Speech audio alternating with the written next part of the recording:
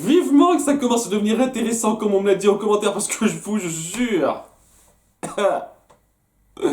je prends pas mon pied à faire ça. Vraiment, vraiment pas mon pied. Donc, ça commence sur Lord Phobos qui fait un petit discours comme quoi il y a un villageois qui doit être au courant d'où a été amenée sa sœur quand elle est née et qu'il fallait les interroger en leur offrant de la farine. Apparemment c'est important sur des conneries. Enfin bon, le truc que je trouve dingue là-dedans c'est que waouh, t'as cette idée que maintenant, Phobos. Ça fait 13 ans qu'elle a disparu. T'as besoin d'elle pour ton pouvoir, je sais pas trop comment, à nouveau, c'est pas expliquer ça. Et c'est que maintenant tu dis, ah ouais, il doit y avoir des gens du coin qui ont dû s'occuper de ça, qui doivent être au courant de certaines choses, peut-être qu'on pourrait les interroger. C'est que maintenant que t'as cette idée-là, notre grand méchant, wouh. Et il parle aussi des gardiennes que Cédric n'a pas su identifier encore. Alors là, c'est une grosse connerie aussi. Genre, ils savent que Will est une gardienne. Et comment ils l'ont su dans l'épisode 2, comment ils ont su qu'il fallait la capturer, elle, à ce moment-là, je sais pas si on parle d'après leur logique. Puisque voilà, ils savent que Will est une gardienne, mais ils savent pas pour les autres. Alors que Cédric les a affrontés de près, en gardienne certes, mais quand elles sont gardiennes, elles changent juste de vêtements, leur visage change pas, elles ont la même coiffure, etc. Donc, tu devrais facilement les reconnaître, mec. Et ça, elles sont venues dans ta librairie, tu devrais te dire, ah mais c'est elle, non. Il sait pas.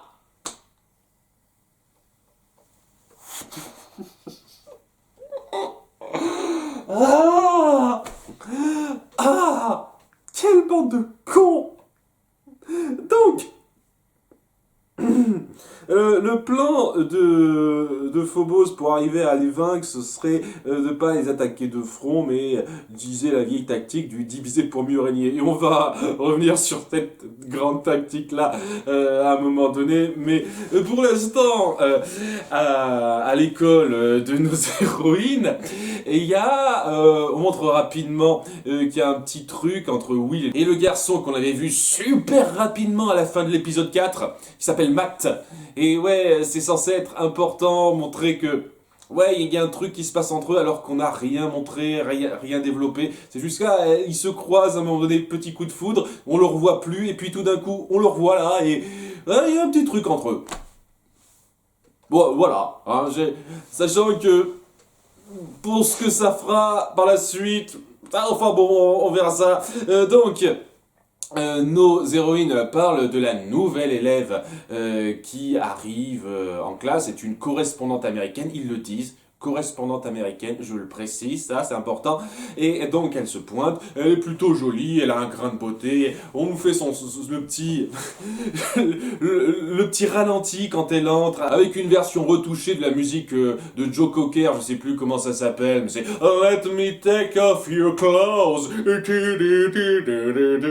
truc de base quoi.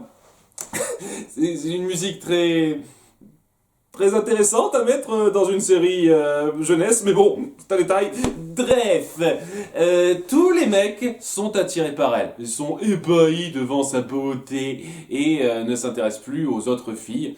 Ce qui fait que il se passe une certaine période de temps, on montre une ellipse, durant laquelle tous les mecs ont fini par être subjugués par la fille, qui parle avec un accent américain complètement faux. Oh, je suis américain. Et j'y reviendrai là-dessus aussi. Et ouais, toutes nos filles sont jalouses. Il y a Matt qui commence un peu à sortir avec elle parce qu'elle insiste un petit peu. C'est un beau mec et elle veut traîner avec lui comme par hasard, donc bien entendu que Will est jalouse. Il y a même Irma qui est jalouse parce que Martin, le mec à lunettes, qui apparemment l'a harcelé un petit peu, voulait toujours traîner avec elle. Semble-t-il, j'ai jamais ressenti ça à un seul moment donné avant, mais apparemment c'est un truc. Voilà, ce personnage était comme ça. Ok, hein, dites-le, hein, c'est bien d'instaurer vos trucs. Hein. Donc, ouais, ce garçon-là ne traîne plus autour d'elle, mais il traîne autour de Sandy. C'est le nom de la correspondante.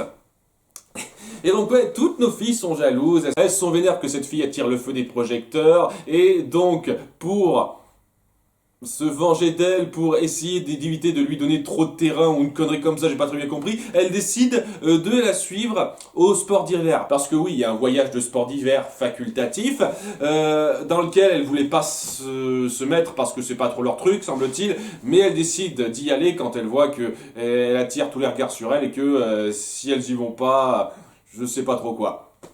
Et j'avoue que j'ai pas très bien compris ça, c'est une excuse un peu pourrie pour faire en sorte qu'elle soit là. Bref, avant de partir, elles ont une petite discussion avec Caleb où lui il comprend pas trop le besoin de faire ça et Cordelia et les autres lui rétorquent ouais, on comprend, hein, toi tu viens d'un monde où vous vous éclatez pas.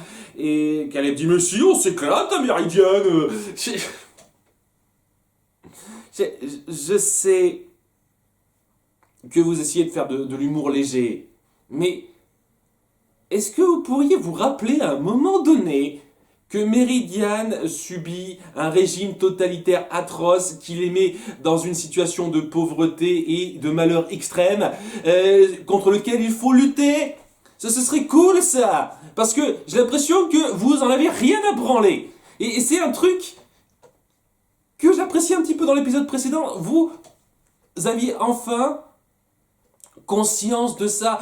On montrait rapidement des habitants de Méridiane leur parler de leur situation. Elles ont compati pendant 10-15 secondes, ça allait très vite, mais au moins c'était quelque chose. Ça pouvait promettre un début d'ouverture au problème et le fait qu'elles puissent prendre au sérieux le problème enfin. Mais non. Non. Et d'ailleurs ça me fait revenir sur ce côté. Il se passe un certain temps durant lequel Sandy s'installe dans l'école. Avant ça, elles étaient en pleine réflexion sur qui pourrait être la personne que Cédric incarne, quelle identité il a prise. Mais elles en ont plus rien à foutre là, elles ne discutent pas de ça, elles discutent de leur vie, elles en ont absolument rien à cirer de ce qui se passe à côté, elles n'en parlent pas. Mais elles s'en foutent royalement. Il y a le petit problème de l'autre monde de Cédric qui est sur leur talon, elles s'en battent les couilles. Totalement.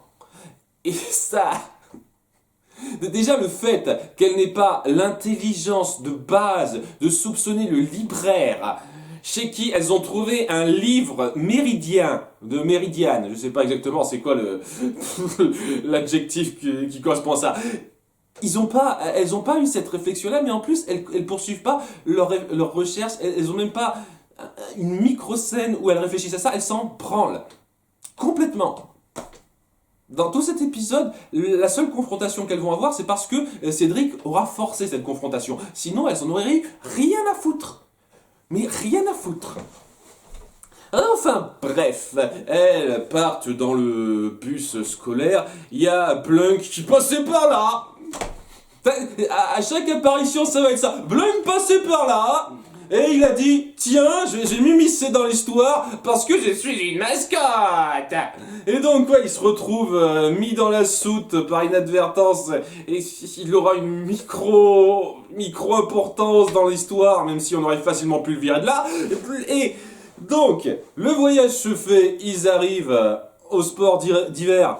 Il y a un conflit direct entre Will et Sandy qui tient à s'accaparer Matt et où elle se lance un défi de ski en se faisant des regards totalement à la Totally Spice. Hein. En fait, sérieusement, si c'est sur ce genre d'épisode que ça va partir par la suite, c'est plus un sous Code Lyoko, c'est un sous Totally Spice cette série. Totalement.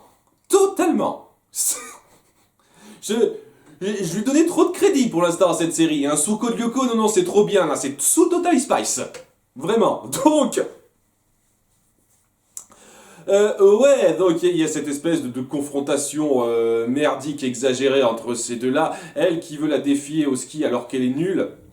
Oui, elle sait pas bien se débrouiller, mais elle va quand même essayer de faire ça en trichant. Et pendant ce temps-là, il y aura Caleb qui va venir au sport d'hiver avec elle pour leur prouver que moi aussi je sais m'éclater. Je suis chef des rebelles, j'en ai plus rien à foutre de la situation de mon pays, hein.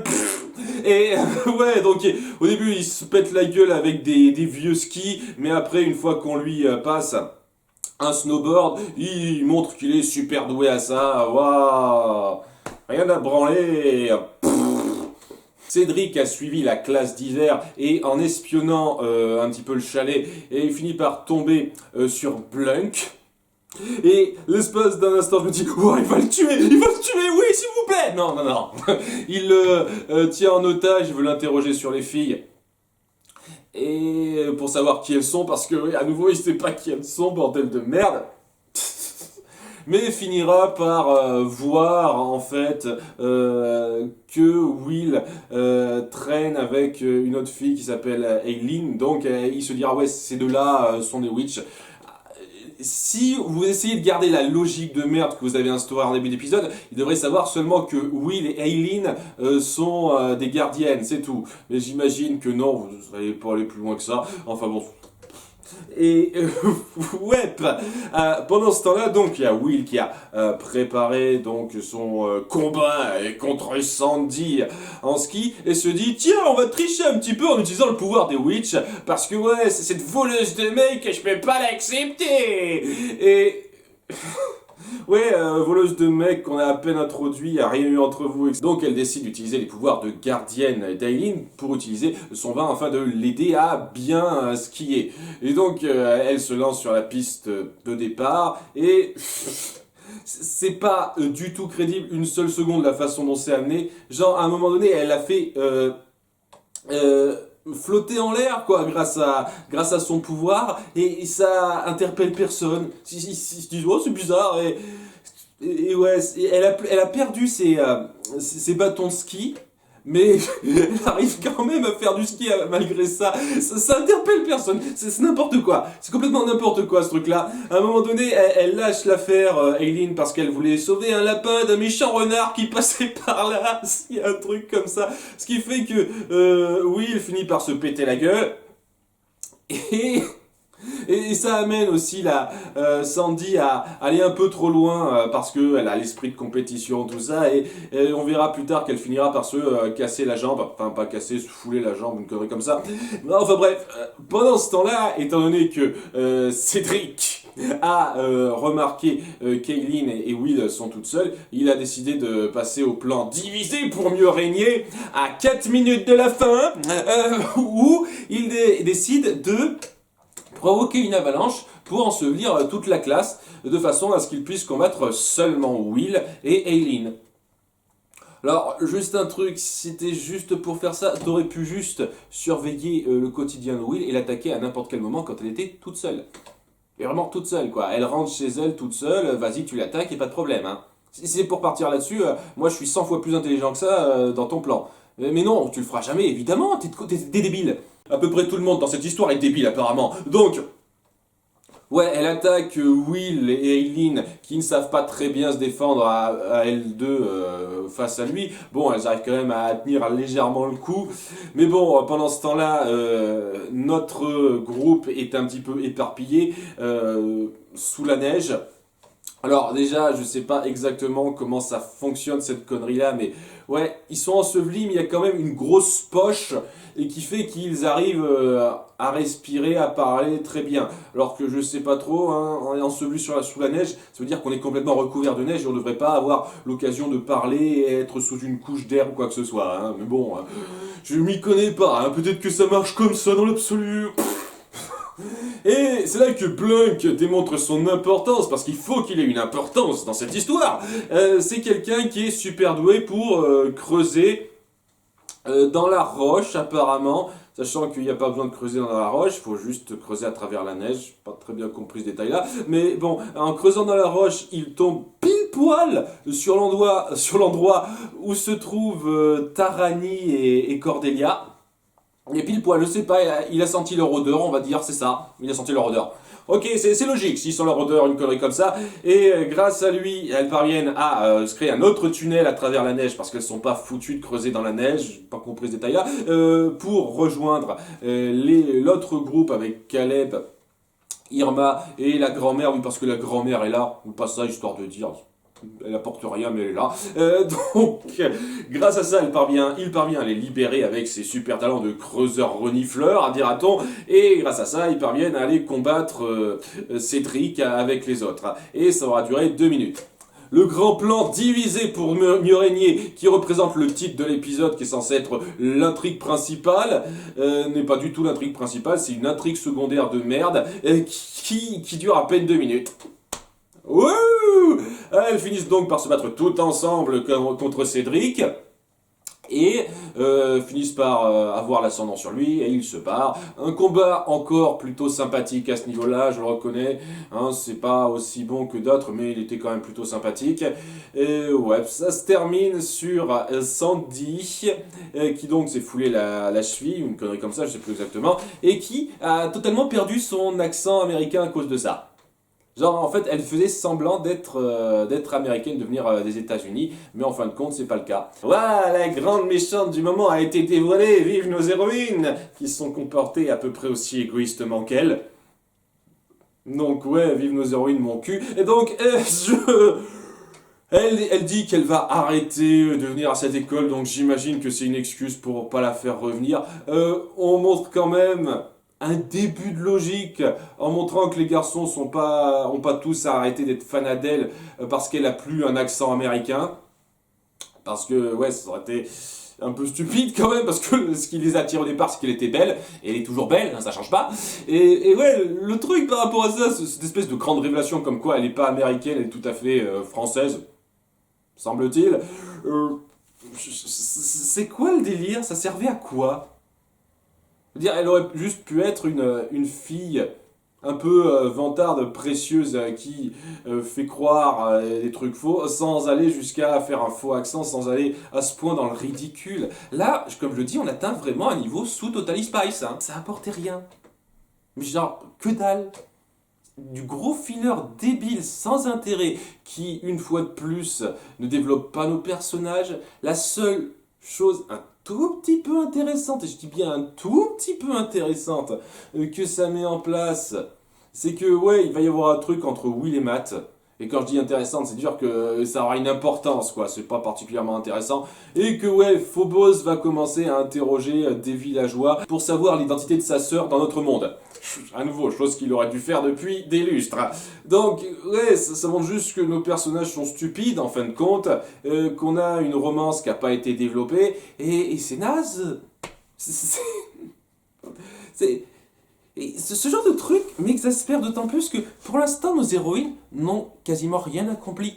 Ce qu'elles ont fait, c'est maîtriser leur pouvoir rapidement, sauver Caleb et fait un suivi par rapport à son sauvetage, et après, elles ont juste subi bêtement, sans rien faire, et ça a juste été du filler, des histoires banales, sans intérêt, qui ne développent même pas les caractères de nos personnages précisément, ça développe juste leur côté caricatural et superficiel, parce que nos personnages, jusqu'à présent, sont tous superficiels. Ça n'a aucun intérêt pour l'instant. Alors, je suis vraiment impatient qu'on tombe sur le moment où ça va enfin décoller l'histoire, parce que pour l'instant, ça n'a aucun intérêt.